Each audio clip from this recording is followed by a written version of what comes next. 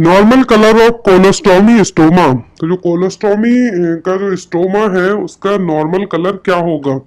Option में है pale pink, bricks red, that means जैसा जो ईंट होती है उसके कलर का, डार्क रेड या फिर येलोइश।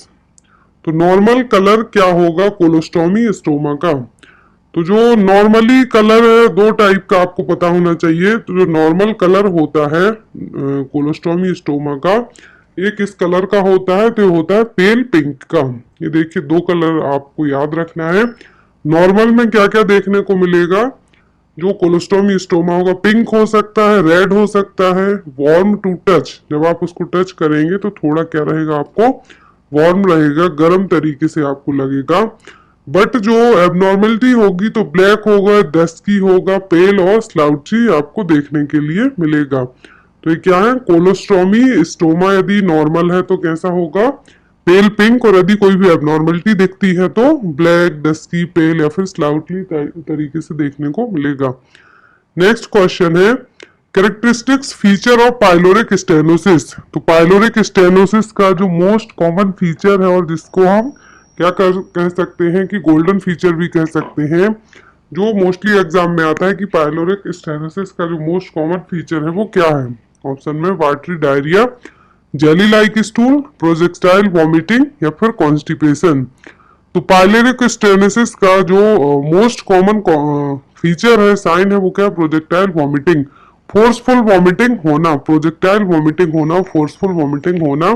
तो किसका मोस्ट कॉमन फीचर है? पाइलोरिक स्टेनोसिस का। नेक्स्ट क्वेश्चन है यहाँ पर golden colour of amniotic fluid indicates which condition. तो गोल्डन कलर का यदि एमनियोटिक फ्लूइड है तो कौन सी कंडीशन को इंडिकेट करता है? ऑप्शन में post maturity, fetal distress, Rh incompatibility या फिर इंट्रायूट्राइन डेथ। तो नॉर्मली एमनियोटिक फ्लूइड का कलर कैसा होता है? क्लियर लिक्विड कलर होता है। बट इन केस कोई भी एबनॉर्मलिटीज होती है उस फ्लूइड में तो अलग अलग कलर अलग अलग कंडीशन में देखने को मिल सकते हैं। तो यदि एमनियोटिक कलर कैसा है? गोल्डन कलर का है, सुनहरे टाइप से कलर का है, तो क्या है? RH incompatibility. यहाँ पर कुछ एबनॉर्मलिटीज दी हुई है एमनियोटिक फ्लूइड के कलर को लेके। यदि ग्रीन कलर का है तो क्या है? मेकोनियम स्टेन प्रेजेंट है एमनियोटिक फ्लूइड में। बेबी का जो फर्स्ट पासिंग स्टूल होते हैं मेकोनियम, वो है।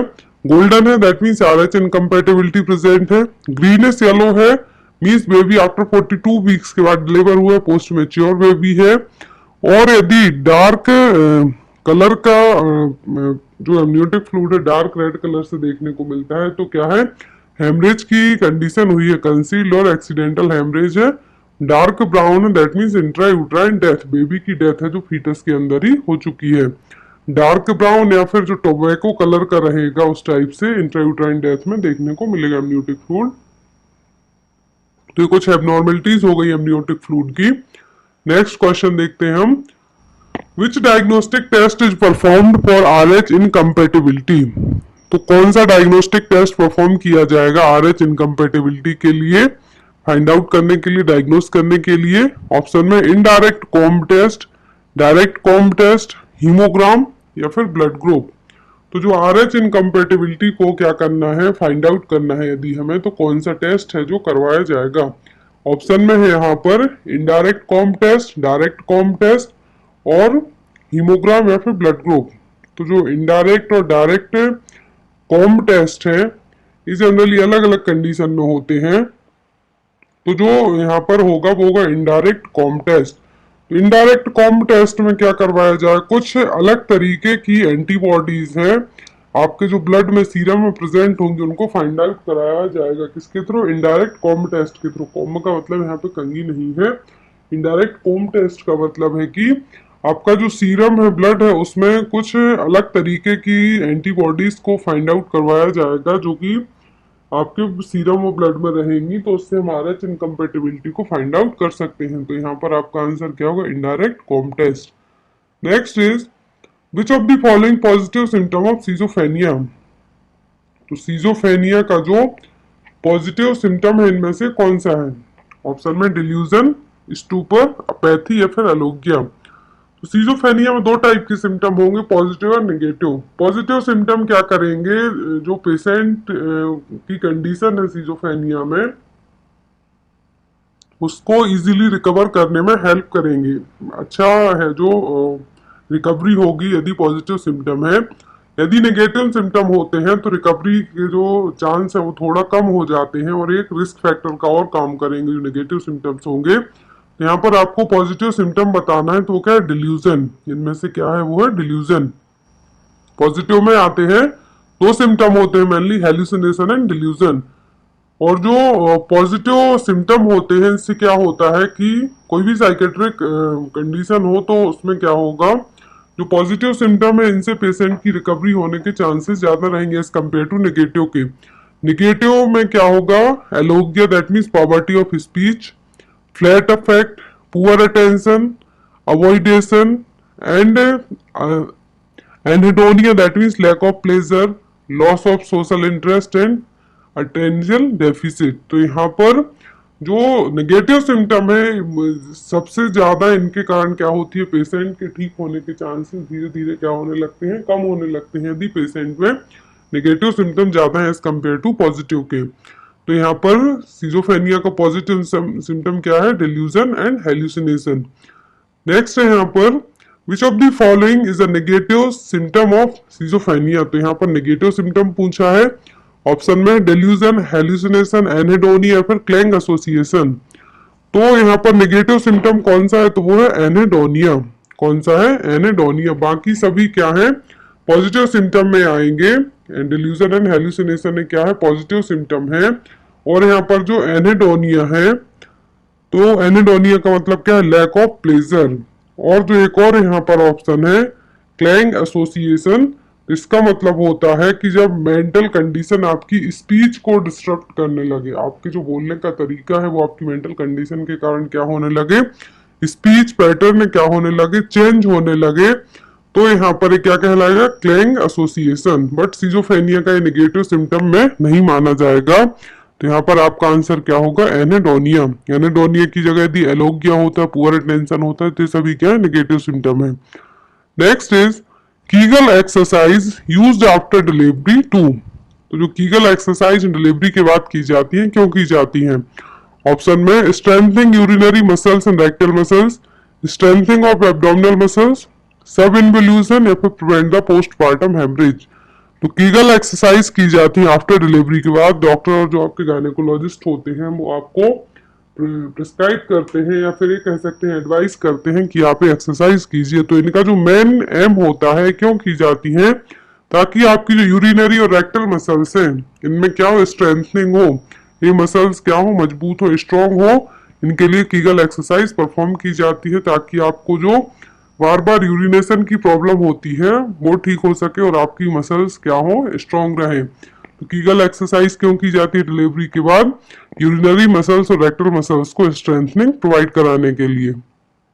Next is major depressive episodes are characterized by low mood for at least. तो जो मेजर डिप्रेसिव एपिसोड होते हैं जनरली जब लो मूड हो बिल्कुल, तो कितने टाइम तक के लिए रह सकते हैं, ऑप्शन में 1 वीक, 2 वीक, 4 वीक्स या फिर 8 वीक्स। तो मेजर डिप्रेसिव एपिसोड जो कि इसमें लो मूड रहेगा एटलीस्ट कितने टाइम तक, 2 वीक तक, 2 वीक्स तक मेजर डिप्रेसिव यदि एपिसोड्स आते हैं तो आपका जो मूड है वो कितने टाइम तक लो हो सकता है, एटलीस्ट 2 वीक तक।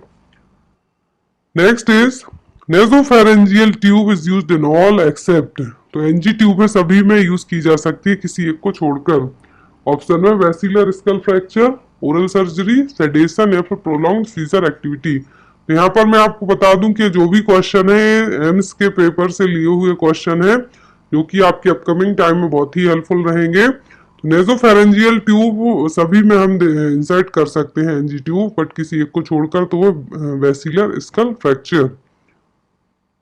Next is after vesicovaginal fistula repair important intervention is. तो जब वेसिकोवेजाइनल फिस्टुला को रिपेयर किया गया है तो उसके रिपेयर होने के बाद जो मोस्ट इंपॉर्टेंट इंटरवेंशन है वो क्या होगा, तो जो वेसिकोवेजाइनल फिस्टुला है, तो जो वेसिकोवेजाइनल फिस्टुला है इसके सर्जरी की गई है इन केस, तो उसके सर्जरी करने के बाद, रिपेयर करने के बाद है जो क्या इंटरवेंशन मोस्ट इंपॉर्टेंट रहेगा।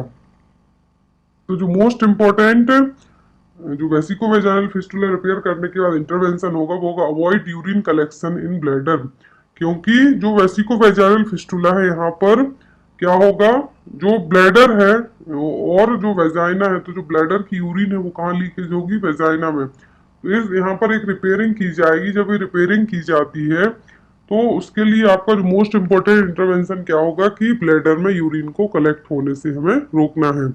तो यहाँ पर आपका आंसर क्या होगा, first, avoid urine collection in bladder. Next is kwashiorkor doesn't include. तो क्वासियोरकर है जिसमें क्या इंक्लूड नहीं है।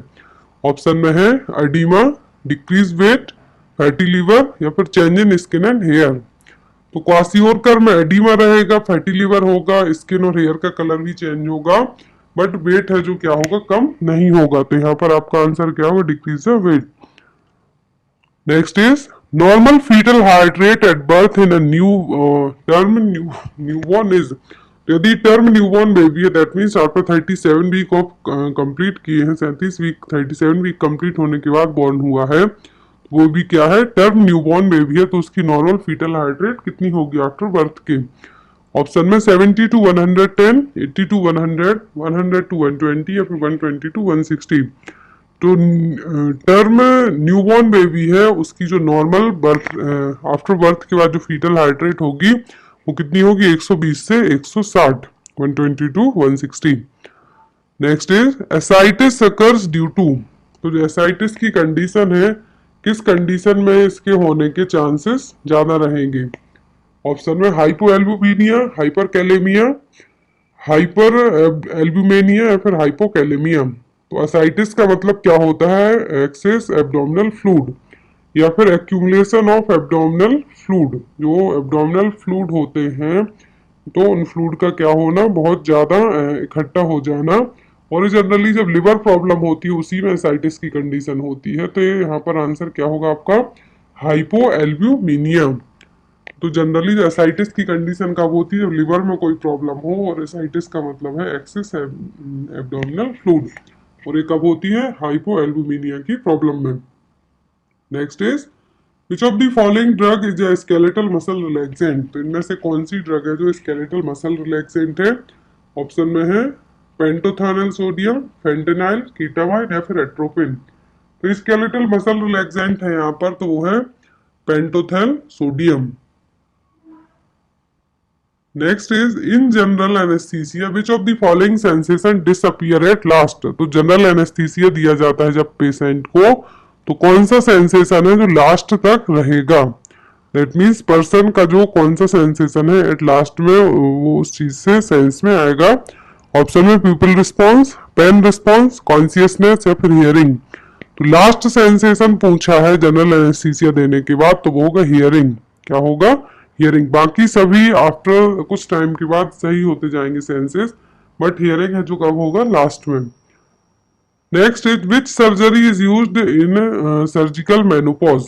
तो मेनोपॉज के लिए यदि कोई सर्जरी की जाती है कि जिससे हमें मेनोपॉज को टाइम के पहले ही स्टॉप करवा, पीरियड्स आते हैं जो उनको टाइम के पहले ही स्टॉप करवाना है, तो उनके लिए कौन सी सर्जरी की जाएगी। ऑप्शन में बाइलेटरल ऊफरेक्टोमी, यूनिलेटरल यूफरेक्टोमी, बाइलेटरल ट्यूबेक्टोमी या फिर ट्रैकियोस्टोमी। तो यहाँ पर जो सर्जिकल मेनोपॉज के लिए सर्जरी यूज की जाएगी वो होगी बाइलेटरल ऊफरेक्टोमी। क्या होगा, बाइलेटरल ऊफरेक्टोमी।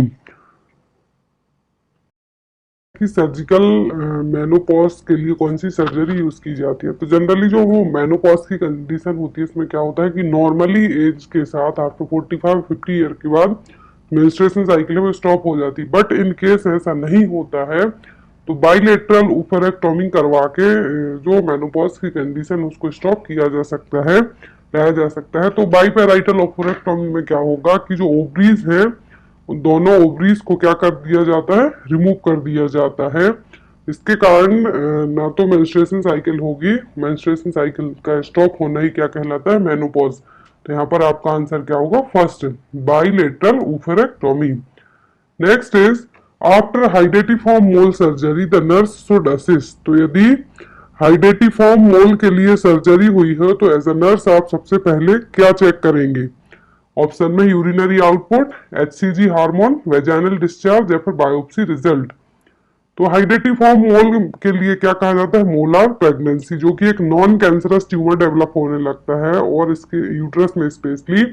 तो हाइडेटिफॉर्म मोल को मोलार प्रेगनेंसी क्यों कहा जाता है, क्योंकि इसमें एक नॉन कैंसरस ट्यूमर डेवलप होता है, कहाँ पर, यूट्रस में, जो कि एक नॉन वायबल प्रेगनेंसी भी कहलाती है। तो जब आफ्टर हाइडेटिफॉर्म मोल को रिमूव किया जाता है, इसको सर्जरी करके जो नॉन कैंसरस ट्यूमर है उसको क्या किया जाता है, अलग किया जाता है। तो उसके बाद एज ए नर्स आप सबसे पहले किसको चेक करेंगे, तो एज ए नर्स आप सबसे पहले HCG लेवल को चेक करेंगे, क्योंकि जो normal HCG level generally pregnancy में ही यूपीटी के थ्रू या तो देख सकते हैं ब्लड टेस्ट से भी चेक किया जाता है। बट हाइडेटिफॉर्म मोल प्रेगनेंसी में क्या होता है कि जो नॉर्मल प्रेगनेंसी में जितना HCG हार्मोन होना चाहिए उसके ज्यादा ही ये क्या होगा, सीक्रेट होने लगता है। इसीलिए क्या किया जाता है, जब हाइडेटिफॉर्म मोल सर्जरी हुई हो तो उसके बाद एज ए नर्स आप क्या चेक करेंगे, HCG के लेवल को चेक करेंगे। Next is which of the following action is not used to prevent excessive hemorrhage in the third stage of labor।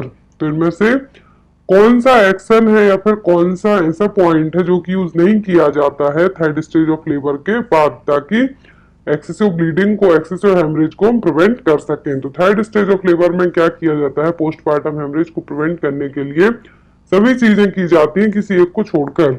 Option में है oxytocin administration, uterine massage, Methergine administration या फिर episiotomy. तो excessive haemorrhage को prevent करने के लिए third stage of labour में हम क्या नहीं करेंगे, तो वो होगा एपिजियोटॉमी। बाकी मिथार्जिन दी जाती है, ऑक्सीटोसिन एडमिनिस्ट्रेशन किया जाएगा एंड यूट्राइन मसाज दी जाएगी, ताकि जो पोस्टमार्टम ब्लीडिंग है, पोस्टमार्टम हेमरेज है, उसको हम प्रिवेंट कर सके। बट एपिजियोटॉमी कब की जाती है, सेकेंड स्टेज ऑफ लेबर में की जाती है, ताकि बेबी का हेड इनकेस वेजाइना के यहाँ थोड़ा भी फंस रहा है तो उसको एनस और वेजाइना के यहाँ कट लगाया जाता है। इसको क्या कहते हैं, एपिजियोटॉमी और पेरिनियोटॉमी। तो कब होता है, सेकंड स्टेज ऑफ लेबर में होता है, ना कि ये एक्सेसिव हेमरेज को प्रिवेंट करने के लिए यूज किया जाएगा। तो यहाँ पर आपका आंसर क्या होगा, फोर्थ। और अभी जिन भी लोगों का पेपर है GMC के लिए, तो उनके लिए जो अभी तक जितने भी क्वेश्चन पेपर थे, अभी तक पेपर कंडक्ट करवाए गए हैं GMC ने, तो सभी आपको अभी तक उनका चार्ज 135 था, बट नाउ आप उसको 120 में परचेस कर सकते हैं। या फिर जिसके पास इनकेस पैसे नहीं भी हो रहे हैं क्योंकि आपका एग्जाम है, इनकेस आपका किसी भी क्वेश्चन पेपर में से कुछ क्वेश्चन आके सिलेक्शन हो जाता है, तो उससे ज्यादा खुशी और कोई नहीं होगी। तो आप चाहें तो मेरे व्हाट्सएप नंबर पर मुझसे पर्सनली कांटेक्ट कर सकते हैं। तो मैं कोशिश करूंगी कि आपको ज्यादा से ज्यादा कंटेंट प्रोवाइड करवा पाऊँ। और जो 360 वाली सीरीज है, तो आप उसका 340 पे करके पूरे एटलीस्ट 20 से ज्यादा क्वेश्चन पेपर है, सॉल्व क्वेश्चन पेपर है, 15 सीरीज रहेंगी वहां पर, वो आपको प्रोवाइड करवाई जाएंगी। तो यहाँ पर थर्ड स्टेज ऑफ लेबर में एक्सेसिव ब्लीडिंग और पोस्टमार्टम हेमरेज को प्रिवेंट करने के लिए हम सभी करेंगे एपिजियोटॉमी को छोड़कर। नेक्स्ट है यहाँ पर, in case of multiple delivery which action is not appropriate after the birth of the first baby. तो यदि इन केस मल्टीपल डिलीवरी हुई हो, ट्विन की जगह ट्रिपलेट हुए हैं, तो ट्रिपलेट यदि होते हैं, एक से ज्यादा बच्चा होगा, तो किसमें आएगा, मल्टीपल डिलीवरीज में आएगा। तो ऐसे केस में यदि पहला बेबी डिलीवर हो गया और पहले बच्चे का बर्थ हो गया हो, उसके बाद हम क्या नहीं करेंगे। ऑप्शन में methergine administration, cord clamping, oxytocin administration या फिर एपिजियोटॉमी। तो मल्टीपल डिलीवरी होती है यदि, तो फर्स्ट बेबी डिलीवर होने के बाद हमें क्या नहीं करना है, तो वो होगा मिथार्जिन एडमिनिस्ट्रेशन। क्योंकि फर्स्ट बेबी हो गया है, सेकंड होगा, तो उस टाइम पर हमें PPH को प्रिवेंट करने के लिए मिथार्जिन का एडमिनिस्ट्रेशन बिल्कुल भी नहीं करना है। बाकी एपिजियोटॉमी भी की जाती है, ऑक्सीटोसिन भी दिया जाता है, फर्स्ट बेबी की कॉर्ड क्लैंप भी की जाएगी, बट मिथार्जिन को एडमिनिस्टर नहीं करना है। Next is, in appendicitis pain is located in which quadrant of the abdomen. तो अपेंडिसाइटिस में क्या होता है कि जो अपेंडिक्स है उसमें इन्फेक्शन इन्फ्लेमेशन होता है। तो जनरली जो पेन होता है, जिसको हम मैक बर्निंग पॉइंट के नाम से भी जानते हैं, तो वो पेन किस क्वाड्रेंट में आपको फील होगा। ऑप्शन में left lower quadrant, left upper quadrant, right lower quadrant या फिर राइट अपर क्वाड्रेंट। तो अपेंडिसाइटिस में जो पेन होगा कहां पर फील होता है, राइट लोअर क्वाड्रेंट में। और जो राइट लोअर क्वाड्रेंट में पेन होता है, इसी पॉइंट को क्या कहा जाता है, मैकबर्नी पॉइंट, जो कि एक आपको साइन के तौर पर भी पूछा जा सकता है एग्जाम में कि मैकबर्नी पॉइंट जो पेन है कहाँ पर होता है सॉरी, राइट लोअर क्वाड्रेंट में, और कब होता है, अपेंडिसाइटिस की कंडीशन में। Next is transfer of frustration due to not meeting goal to another person और weaker subject is known as. तो आप अपना फ्रस्ट्रेशन है किसी और पर निकालते हैं, जब आपको ये एक पर्टिकुलर गोल है, अपना कुछ पर्टिकुलर टास्क है, कंप्लीट नहीं कर पा रहे हैं, अचीव नहीं कर पा रहे हैं, तो आप क्या करते हैं, अपनी फ्रस्ट्रेशन किसी और पर निकाल देते हैं। तो ये क्या कहलाएगा? ऑप्शन में डिस्प्लेसमेंट, प्रोजेक्शन, रेशनलाइजेशन या फिर रिग्रेशन। तो अपना फ्रस्ट्रेशन किसी और पर निकालना आपकी वीकनेस के कारण ये क्या कहलाता है? डिस्प्लेसमेंट। क्या कहलाता है? Displacement. Next is laryngeal airway location. तो जो लैरेंजियल एयरवे है कहाँ पर होता है? ऑप्शन में ग्लोटिस, सुप्राग्लोटिक, इनफॉर्मेलिटीज या फिर एंडोट्रैकियल। लैरेंजियल एयरवे की लोकेशन कहाँ पर होती है? सुप्राग्लोटिक रीजन में। Next is gangrene foot removal in OT usually scheduled. तो गैंग्रीन, यदि किसी पर्सन को क्या है, गैंग्रीन फुट की प्रॉब्लम है, तो गैंग्रीन फुट की प्रॉब्लम के लिए जो ओटी है, क्वेश्चन कई बार एग्जाम में आता है, तो ओटी को किस तरीके से शेड्यूल किया जाएगा? At the end, that means जब सभी ऑपरेशन हो गए हो तब किया जाएगा, या फिर एट द बिगनिंग जब कुछ ओटी ओपन हुई हो और सर्जरीज स्टार्ट होनी हो तब, या फिर एज पर कन्वीनियंस ऑफ द सर्जन, या फिर as per roll number of the day. तो गैंग्रीन फुट रिमूवल के लिए हमेशा ओटी को एट द बिगनिंग में ही किया जाता है। जो बैक्टीरियल इन्फेक्शन है, गैंग्रीन है जो, तो इसमें यदि बैक्टीरियल जो गैंग्रीन का इन्फेक्शन होता है, जनरली बैक्टीरियम क्लोस्ट्रीडियम परफिंगेंस के कारण होता है, और यदि इसके कारण क्या हो, गैंग्रीन फुट हो, जो पूरे टिश्यू में क्या हो गए, ब्लैक हो गए हो, यदि फुट रिमूव करवाया जाना तो वहां पे सर्जरी होनी है, तो ओटी को हमेशा एट द बिगनिंग में ही शेड्यूल किया जाएगा। Next is gaseous anaesthetic is.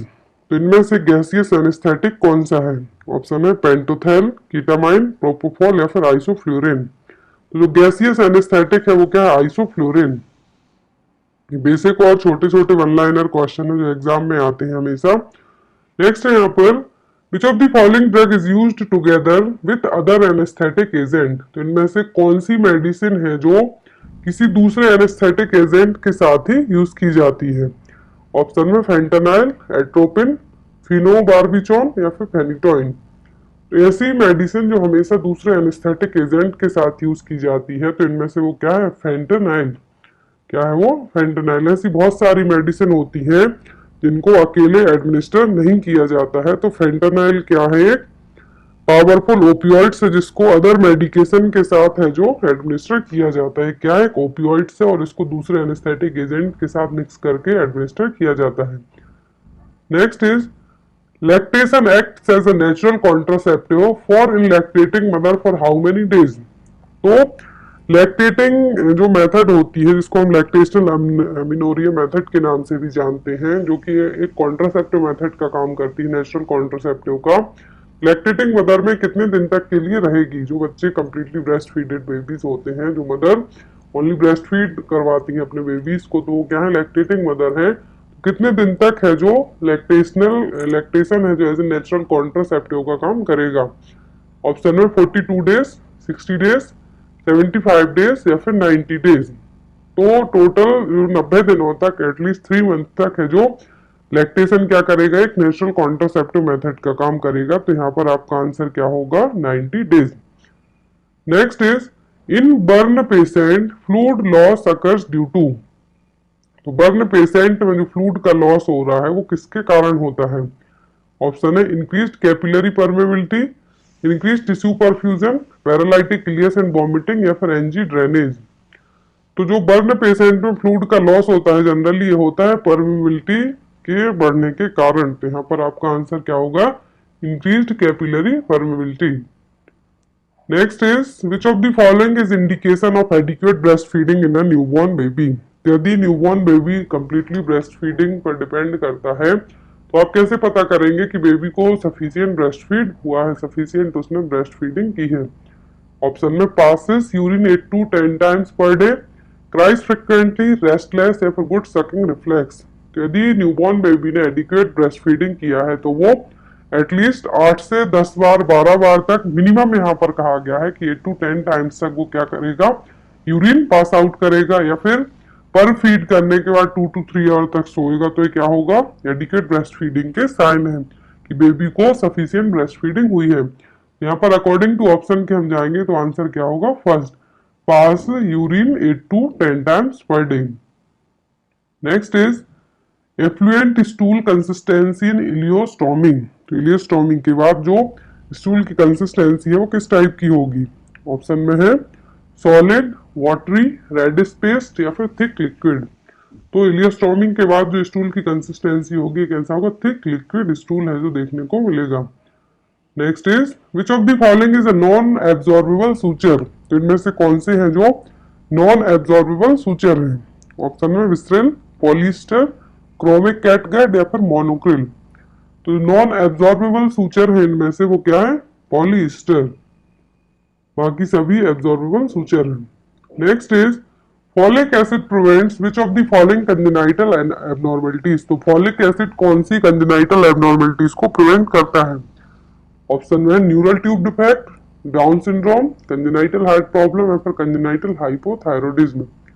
तो सभी को पता है कि फॉलिक एसिड प्रेग्नेंट मदर में क्यों दिए जाते हैं, ताकि न्यूरल ट्यूब डिफेक्ट को प्रिवेंट किया जा सके। जो स्पाइनल कॉर्ड होती है तो स्टार्टिंग से ही मदर के लिए कंसीव करने से लेकर फिर कंसीव करने के तुरंत बाद से जैसी प्रेगनेंसी फाइंड आउट होती है तुरंत मदर को फॉलिक एसिड देना स्टार्ट कर दिया जाता है। क्यों, ताकि बेबी में कंजेनाइटल न्यूरल ट्यूब डिफेक्ट को प्रिवेंट किया जा सके। Next is position of child in nose bleeding. तो नोज ब्लीडिंग को दूसरा टर्म में क्या है, एपिस्टैक्सिस। तो एपिस्टैक्सिस की कंडीशन होती है यदि नोज ब्लीडिंग होती है बच्चे में तो कौन सी पोजीशन देंगे। ऑप्शन में supine, lean backward sitting, lean forward sitting या फिर ट्रायंगुलर पोजीशन। बेस्ट पोजीशन होगी नोज ब्लीडिंग के लिए बच्चे को, यदि नोज ब्लीडिंग हुई, एपिस्टैक्सिस हुआ है तो उसके लिए कौन सी पोजीशन बेस्ट होगी, lean forward sitting position. Next is the most common cause of postpartum haemorrhage. PPH का जो मोस्ट कॉमन रीजन है वो क्या है। ऑप्शन में retained placenta, poor maternal effort, atonic uterus या फिर lack of skill birth attendant. तो पोस्टपार्टम हेमरेज का जो मोस्ट कॉमन कॉज है वो होता है अटोनिक यूट्रस। यूट्रस की मसल्स है उनमें क्या होना, प्रॉपर टोन्स ना होना, टोनिसिटी होना, तो उसके कारण सबसे ज्यादा पोस्टपार्टम हेमरेज है जो होता है। तो यहाँ पर आपका आंसर क्या होगा, अटोनिक यूट्रस। पोस्टपार्टम हेमरेज कब कंसीडर किया जाता है, 24 आवर आफ्टर द डिलीवरी। यदि जो वेजाइनल ब्लीडिंग हो रही है वो कितनी हो जाए, 500 ml से ज्यादा हो जाए, तब उस कंडीशन को पीपीएच कंसीडर किया जाता है। तो इसका जो मेन रीजन है वो क्या है, atonicity of the uterus. Next is anticoagulant present in haemogram vial. तो जो हीमोग्राम वायल होते हैं उनमें कौन सा एंटीकोआगुलेंट प्रेजेंट होता है। ऑप्शन में EDTA, sodium citrate, lithium heparin या फिर हेपेरिन। तो जो एंटीकोआगुलेंट प्रेजेंट होता है हीमोग्राम वायल में वो कौन सा होता है, EDTA, ethylene diamine tetraacetic acid. EDTA का फुल फॉर्म क्या है, इथिलीन डायमीन टेट्राएसिटिक एसिड। तो ये क्या होगा, हीमोग्लोबिन वायल में प्रेजेंट होगा। Next is colour code of cannula used for a child. तो यदि किसी बच्चे को कैन्युला यूज किया जाना है तो उसका जो कलर है वो कौन सा होगा। ऑप्शन में पिंक, ग्रीन, ब्लू या फिर येलो। तो जो यहाँ पर आपका आंसर होगा, बच्चों में कौन सा कैन्युला यूज किया जाता है, येलो कलर का 24 गॉज का कैन्युला है जो ज्यादातर बच्चों में यूज किया जाता है। Next is infected and soil dressing has to discarded in. तो यदि इन्फेक्टेड और सॉइल ड्रेसिंग है तो ये किस बैग में डिस्कार्ड की जाएगी। ऑप्शन है black bag, red bag, yellow bag या फिर ब्लू बैग। तो इन्फेक्टेड और सॉइल वेस्ट मटेरियल है जो यहाँ डिस्कार्ड किया जाएगा, स्पेशली ड्रेसिंग मटेरियल, तो होगा येलो बैग में। Next is which drug is used to prevent bradycardia during surgery. तो सर्जरी के टाइम पर ब्रेडिकार्डिया को प्रिवेंट करने के लिए कौन सी मेडिसिन दी जाएगी। ब्रेडिकार्डिया का मतलब है कि पल्स रेट कितनी हो जाना, बिलो 60। पल्स रेट कितनी हो जाना, 60 से भी कम हो जाना।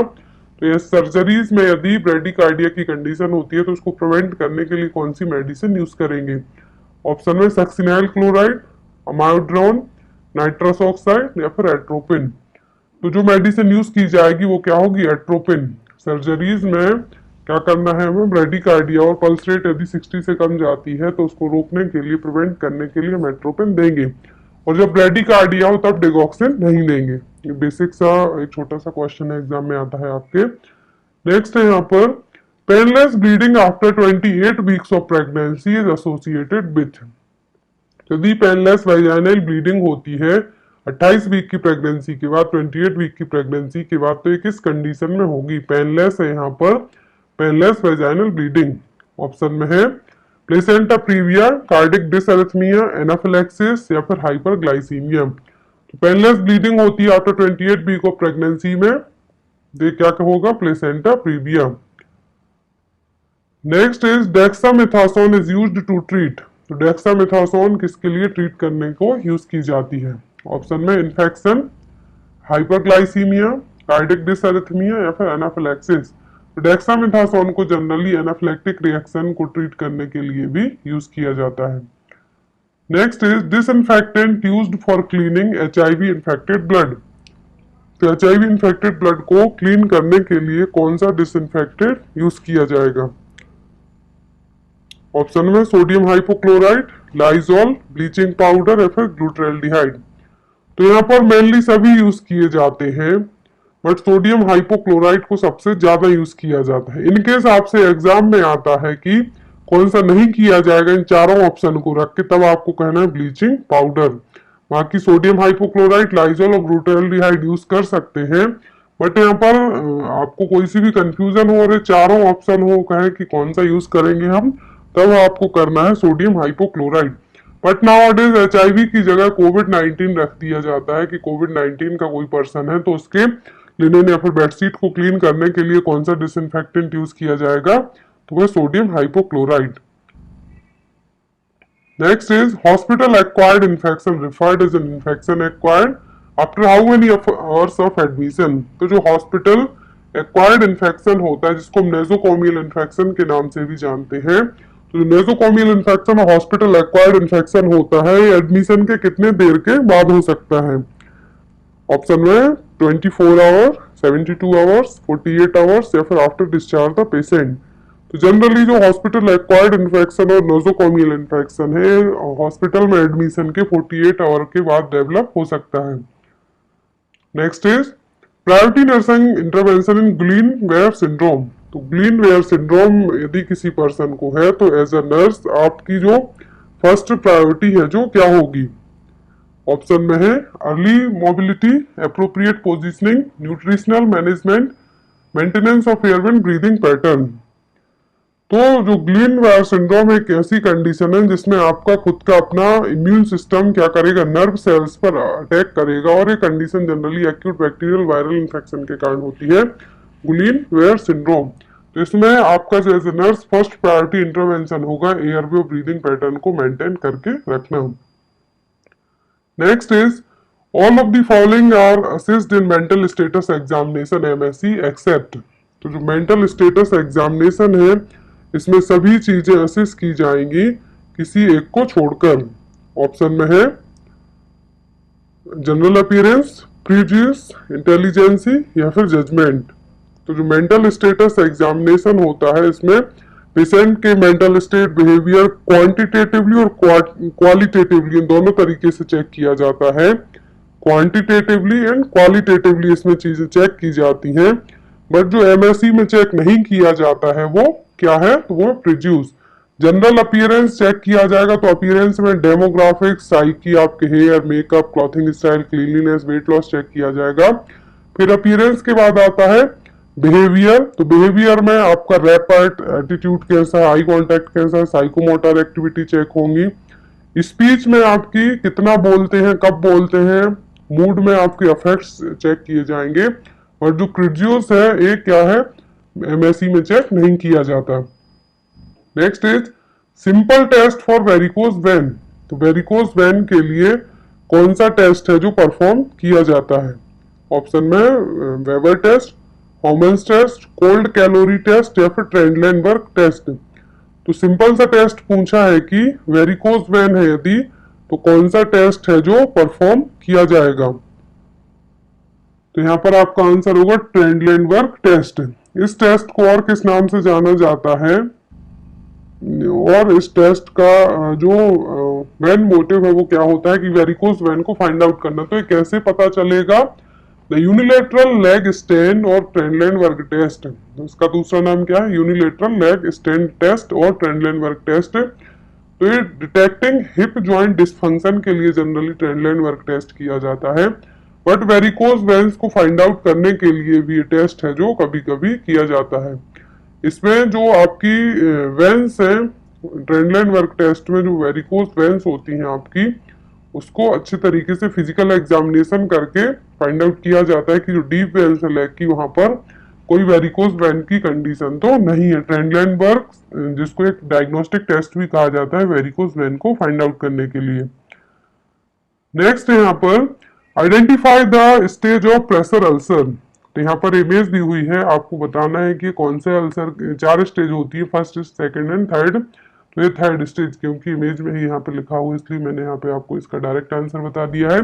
और इमेज बेस्ड क्वेश्चन आपके AIIMS, railway, ESI, CUP, PSC में आने के चांसेस ज्यादा रहते हैं। ये देखिए यहाँ पे 4 स्टेज दी हुई है प्रेशर अल्सर के लिए। नेक्स्ट है parkland formula for fluid calculation in burn patient. तो बर्न पेशेंट में जो फ्लूइड एडमिनिस्टर किया जाता है, तो उसके लिए एक मेथड और फॉर्मूला अपनाया जाता है कितना फ्लूइड देना है। तो यहाँ पर कौन सा फॉर्मूला है जो करेक्ट है, पार्कलैंड फॉर्मूला। ऑप्शन में 4 ml इंटू BSA, जिसका मतलब है यहाँ पर body surface area into weight. तो यहाँ पर आपका जो करेक्ट आंसर है वो फर्स्ट है, 4 ml into body surface area into weight. तो इससे पेशेंट का बॉडी सरफेस एरिया क्या है, वेट क्या है, और इसमें 4 ml को क्या कर दिया जाता है, गुणा कर दिया जाता है, जिससे हम सही तरीका पता कर सकते हैं कि कितना फ्लूइड हमें एडमिनिस्टर करना है। नेक्स्ट है यहाँ पर विच of the following food should be avoided in when the patient is on MAOI। तो MAOI का मतलब है यहाँ पर मोनो अमीनो ऑक्सीडेज इनहिबिटर्स, जो कि एक एंटी डिप्रेसेंट मेडिकेशन है, सॉरी जो कि एक एंटी डिप्रेसेंट मेडिकेशन है। तो मोनो अमीनो ऑक्सीडेज इनहिबिटर्स यदि किसी पर्सन को दिए जा रहे हैं तो उनको कौन सा फूड अवॉइड करने के लिए कहा जाएगा। ऑप्शन में है calcium rich food, gluten rich food, alanine containing food या फिर टायरामीन कंटेनिंग फूड। तो मोनो अमीनो ऑक्सीडेज इनहिबिटर्स यदि किसी पर्सन को दिए जा रहे हैं, डिप्रेशन को ट्रीट करने के लिए MAOI दिए जाते हैं, यदि MAOI दिए जा रहे हैं तो क्या हमें अवॉइड करना है, टायरामिन कंटेनिंग फूड को क्या करना है, हमें अवॉइड करना होगा। एक क्वेश्चन और है यहाँ पर, identify the type of Leopold manoeuvres given in the picture. तो यहाँ पर कौन सा मैन्यूवर, लियोपोल्ड मैन्यूवर का कौन सा टाइप परफॉर्म किया जा रहा है। तो ऑप्शन में fundal grip, first pelvic grip, Pawlik grip या फिर लेटरल ग्रिप। तो यहाँ पे परफॉर्म की जा रही है पावलिक ग्रिप। तो ये थे गाइस एम्स के जो फर्स्ट पेपर है दिल्ली का, उसके क्वेश्चन थे। हम डेली 1 सितंबर तक जितने भी एम्स के पेपर हैं आपको 1 सितंबर को पूरी PDF अवेलेबल करवा दी जाएंगी। आपको 2 फॉर्मेट में PDF रहेंगी। एक फॉर्मेट पूरा इसी तरीके से टाइप रहेगा, बट उसमें जो आपका फॉर्मेट है और ये कंटेंट है, इसकी जो साइज है थोड़ी कम कर दी जाएगी। दैट मीन्स यहाँ पर वर्ड है थोड़े छोटे कर दिए जाएंगे, इससे आप PDF इजीली प्रिंट आउट करवा सकते हैं। सेकंड, जो ऑफिशियल पेपर है वही रहेंगे, वो थोड़ा सा ब्लड रहेंगे। तो आपको जो टाइप फॉर्मेट रहेगा इससे आप इसको भी पढ़ सकते हैं। दोनों PDF आपको सेंड करी जाएंगी, जिससे आपको कंफ्यूजन भी ना हो कि ये पेपर फेक है या ओरिजिनल है। बट आप यदि प्रॉपरली अच्छे से देख के पढ़ना चाहते हैं तो आप इस तरीके से उनको कॉपी करवा सकते हैं। आई होप आप